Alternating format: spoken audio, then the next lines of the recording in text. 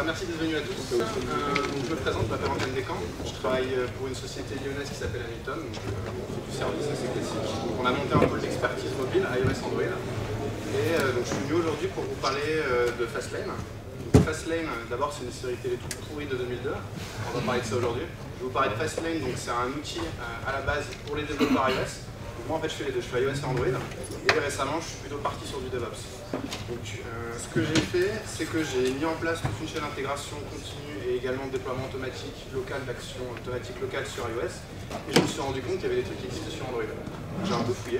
Donc, historiquement, c'est un outil qui a été développé par un jeune Allemand dans sa chambre. Et le truc a grossi. Il a été intégré par Fabric, donc à l'époque où c'était encore chez Twitter. Donc, il a eu des développeurs dessus. Le repository Git, ça bombarde. Il y a de la pull request à gogo. Donc, surtout sur iOS, aussi sur Android.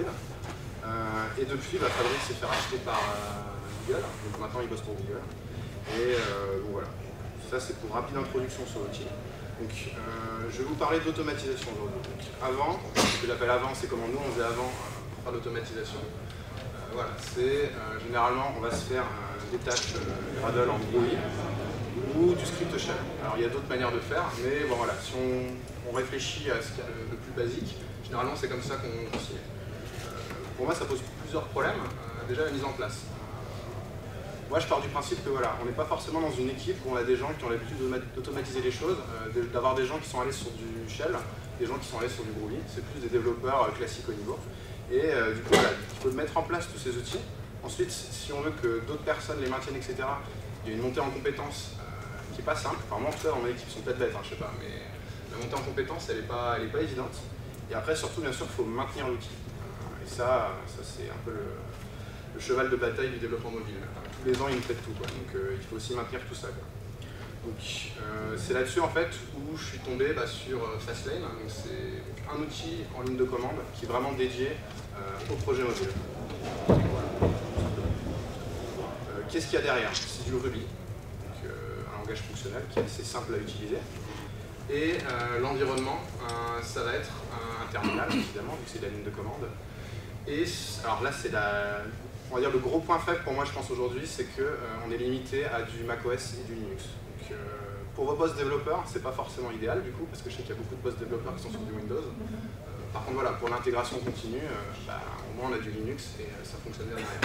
Après, voilà, je pense que je vois pas pourquoi ça ne pourrait pas être porté sous Windows plus tard. Alors, le Ruby aussi, je vais en reparler rapidement. Alors, je ne pense pas que vous ayez forcément fait du Ruby. Ceux qui en ont fait, je pense que vous êtes d'accord avec moi pour dire que c'est un langage assez facile à utiliser. C'est un peu comme le Python. Et du coup, c'est très simple de monter en compétence dessus. Il y a plein de librairies qui existent qui sont facilement utilisables. Donc voilà, c'est quelque chose de simple. Plus simple que de faire des scripts bash, plus simple que de faire du Groovy et des tâches Gradle. Alors, avec Fastlane, virtuellement, on peut tout faire en fait. Il y a quelques spécificités, on va dire, que d'autres outils ne font pas. Mais en gros, Fastlane fait quoi? Il permet de facilement ordonnancer un ensemble de choses. Ce qu'ils appellent des actions. Donc, dans ces actions, on a quoi? On a des actions de traitement, donc des tâches Gradle. On peut exécuter du shell. On peut également manipuler ADB. On peut exécuter du sonar, des commandes Git toutes faites. Voilà. Si vous voulez faire des éléments, des actions Git classiques sans devoir tout écrire, voilà, en shell, etc., gérer des paramètres, etc., vous pouvez le faire avec des actions Fastlane qui sont déjà préfaites. Vous pouvez packager, donc signer un APK, faire voilà, des archives, renommer, déplacer, etc. Enfin, des choses qui peuvent être un petit peu plus compliquées à faire en shell. Après, si on est à l'aise en shell, forcément, ça vous paraît bidon, mais tout le monde n'est pas à l'aise en shell. C'est des choses qui peuvent être faciles à faire en shell, peut-être un peu compliquées à faire en Groovy sur des tâches Gradle, mais là, voilà, on peut le faire plus simplement en Ruby. Et également, alors ça, c'est la partie super intéressante, c'est la partie distribution. Donc, avec Fastlane, vous avez des outils préconçus qui vous permettent de directement parler avec le Play Store. Donc, sous la forme, voilà, vous allez autoriser une application et vous récupérez un JSON d'authentification, etc., qui est sur votre machine. Et après, voilà, vous pointez du coup Fastlane sur ce truc d'authentification et vous pouvez uploader des APK, uploader des screenshots, uploader des métadatas, lancer des actions, passer un APK en bêta, etc. Enfin, il y a beaucoup de choses qu'on peut faire. On peut également distribuer sur des gestionnaires d'artefacts, donc un Artifactory, un Nexus. Il y a des actions qui permettent de balancer sur un FTP. Donc en gros, l'idée, c'est que vous consommez des éléments déjà conçus par les gens. Et puis, si vous faites des choses un peu plus spécifiques, ils supportent également des tiers comme OkiApp, Appetize, etc. Donc, il y a plein de connecteurs ou d'éléments qui ont été faits par la communauté. Et depuis 6 mois, je pense, ils ont mis en place un système de plugins. Donc, du coup, la communauté maintenant peut proposer des plugins qui sont référencés, qui sont maintenus par les utilisateurs. Et après, ce qui se passe, c'est quand un plugin est très utilisé, il est intégré dans le code source principal. Donc ça, c'est génial parce que c'est un projet qui est très très vivant. Là, par exemple, je vais vous faire des démos sur une version qui a une semaine, il y a eu 2 mises à jour depuis. Et quand ils mettent à jour, ils ne pètent pas aussi, ça c'est intéressant. C'est pas toujours vrai avec les outils qu'on utilise. Quel cas d'utilisation on va avoir?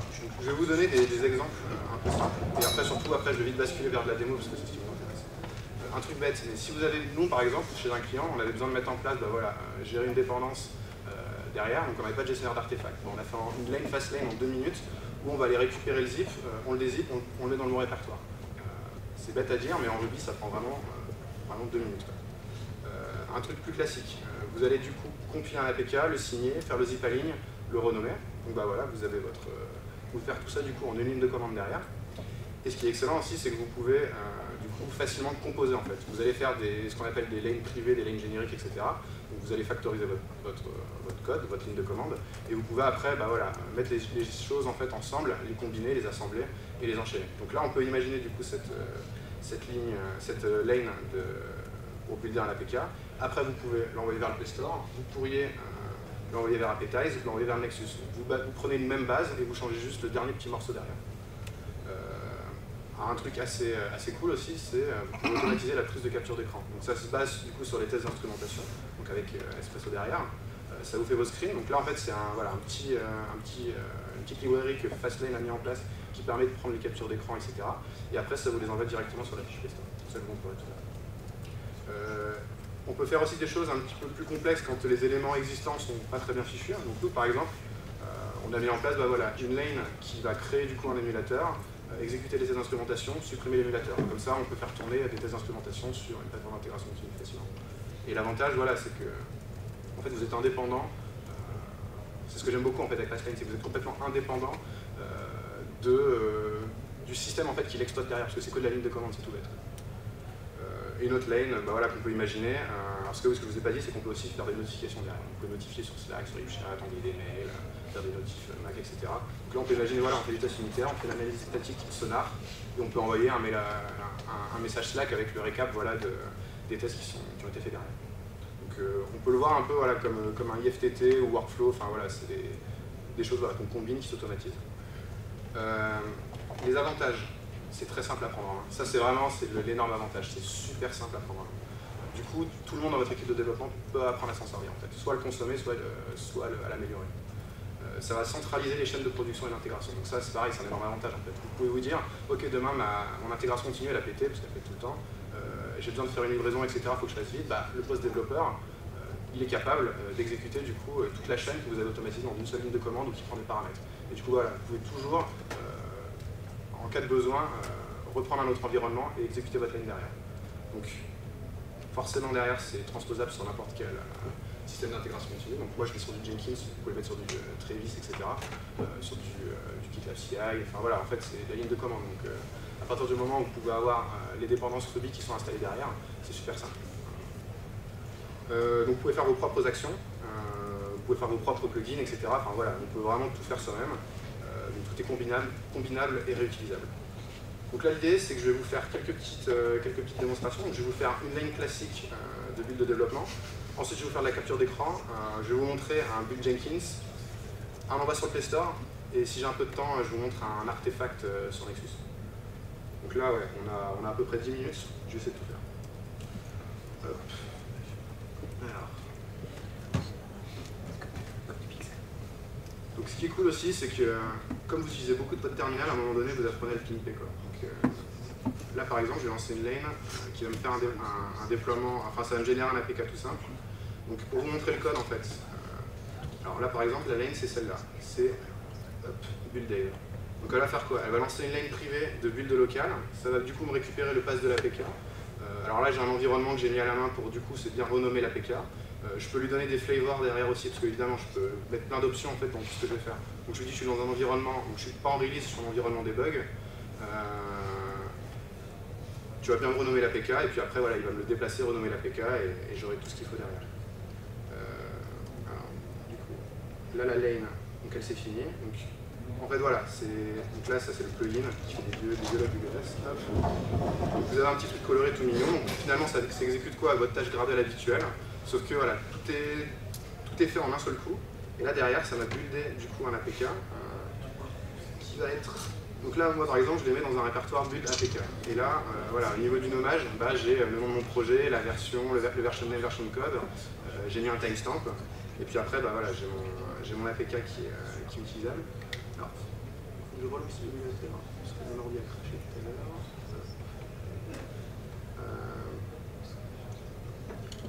L'idée, c'est que bah, tout est modulable, tout rentre derrière en paramètres. Donc là, par exemple, ce que je vous ai montré, voilà, donc la line privée, donc on va dire la méthode privée finalement, qui me sert à builder, en fait, elle me sert pour toutes mes lanes où je vais avoir un build derrière. En fait. Donc déjà, je peux factoriser ces éléments. Et c'est elle qui va me servir pour les releases ou pour les traitements normaux. Donc là, hop, j'ai mon simulateur et je vais pouvoir lancer une lane donc, qui va me prendre des captures d'écran. Donc bah, c'est simple, hein, je vais avoir. Là, je peux pas vous le zoomer là. Donc voilà, je vais avoir des tests d'instrumentation classiques et ça va me prendre des captures d'écran et ça va me lancer des éléments classiques derrière. Donc là, vous pouvez taper Fastlane, après vous pouvez lui dire bah, voilà, quelle lane je vais utiliser. Donc là en l'occurrence c'est package string. Donc là ça va me démarrer, donc ça va me faire quoi? Ça va me cleaner tout ce que j'ai fait avant, ça va me builder mon APK. Mon APK classique, ça va me builder mon APK avec mes tests d'instrumentation. Ensuite, ça va tout me déployer. Donc là, en l'occurrence, j'ai un simulateur d'ouvert. Après, voilà, je pourrais aller plus loin et dire, bah, crée-moi un simulateur de manière dynamique, supprime-le-moi, etc. Donc là, voilà. Là, il a pris les captures d'écran. Il va me les afficher là sur la petite fenêtre et il est en train de me les uploader sur le Play Store. Quand je vous dis que ça patate, quoi. Ils sont pas trop là pour déconner. Donc là, je prends la fiche Play Store. Alors, je me suis fait strike parce que je fais des captures d'écran de comics, donc ils n'aiment pas trop. Donc là, en l'occurrence, vous ne le voyez pas forcément. Alors, je vais peut-être relancer la lane, parce que ouais, j'avais prévu un petit truc en mettant des autres couleurs. C'est-à-dire que c'est.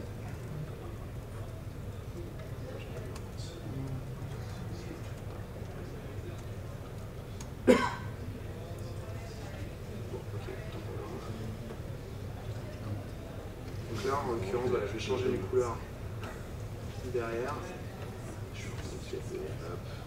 Je relance ma lane. Alors là, c'est pareil. En fait, dans mon build, dans ce build-là, je vais donner du coup une flavor de mock, ce qui fait que mes tests d'instrumentation, j'ai pas envie de me baser sur une API externe pour faire mes captures d'écran. Je veux que ça package, je veux que ça puisse être fait en offline. Je veux que si l'API soit pas là, etc., ça puisse me le faire. Donc moi, ce que je fais, c'est que j'injecte du coup un mock service qui me renvoie des données en dur. Et avec ça, lui, il va faire du coup les captures d'écran des données en dur.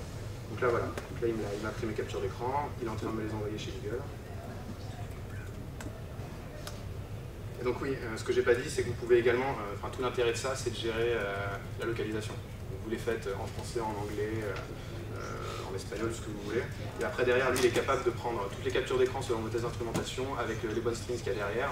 Et après, il va tout vous uploader pour les screenshots automatiquement. Donc, autant vous dire qu'on peut gagner un temps monstrueux derrière. Parce que suffit que voilà, vous pétiez un truc dans votre design et que vous voulez que vos captures d'écran soient à jour, ok, on va tirer la courte paille ici, qui va se cogner le travail de faire toutes les captures d'écran et ça goûte tout le monde, voilà, là vous pouvez le faire automatiquement.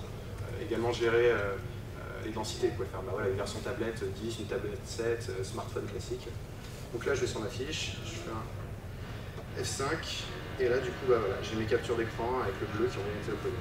Donc là je vais vous montrer ensuite un job Jenkins. Donc là j'ai fait un job Jenkins tout bête qui se base sur mon projet. Bon là j'ai pas de repo Git, je le fais on the fly sur ma machine. Donc là j'ai un Jenkins qui tourne en local. Qu'est-ce que je vais lui donner derrière à Jenkins comme instruction? Donc, je vais lui donner un paramètre, voilà, quel type de build je veux faire.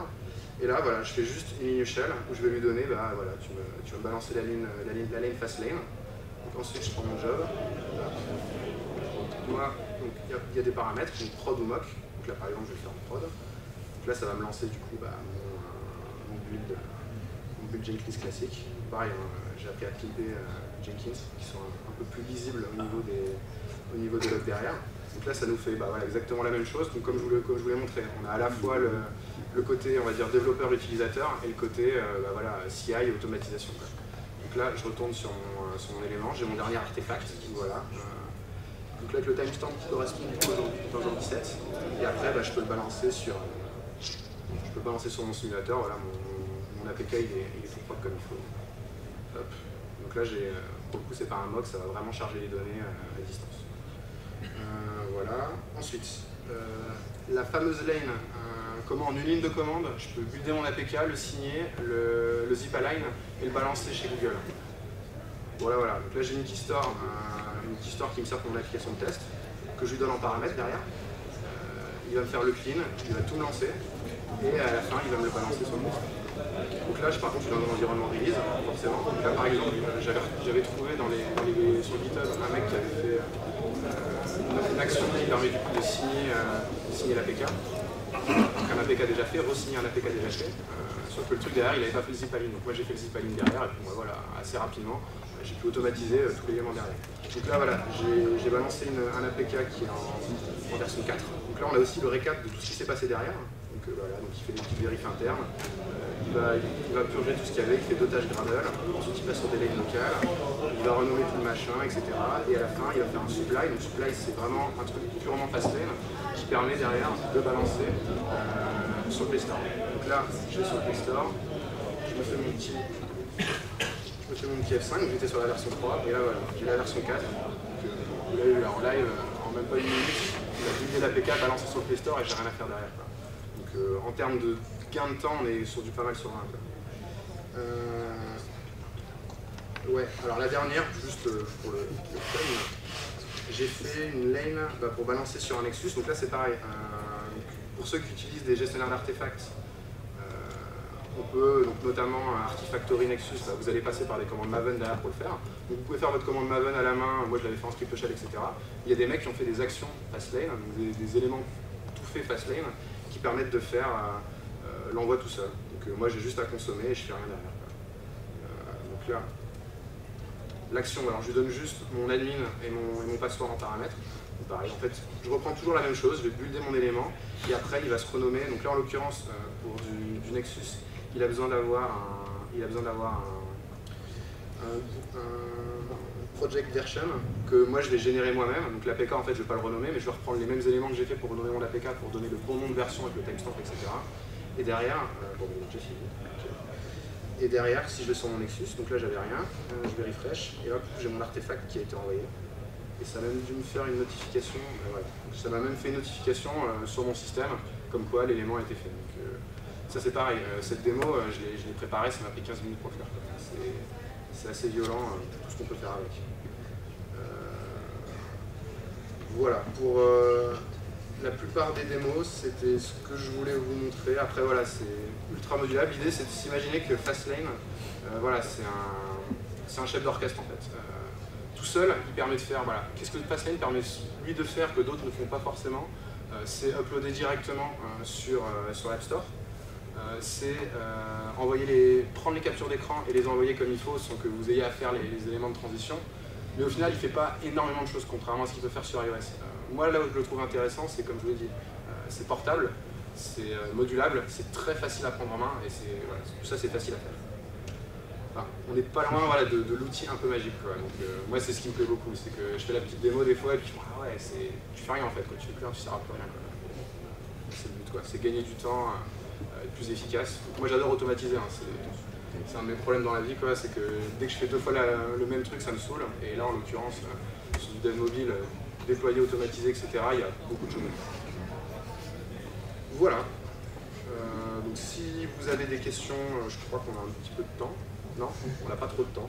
Du coup, vous pouvez me les poser après, il n'y a pas de souci. Et j'espère que ça vous a plu.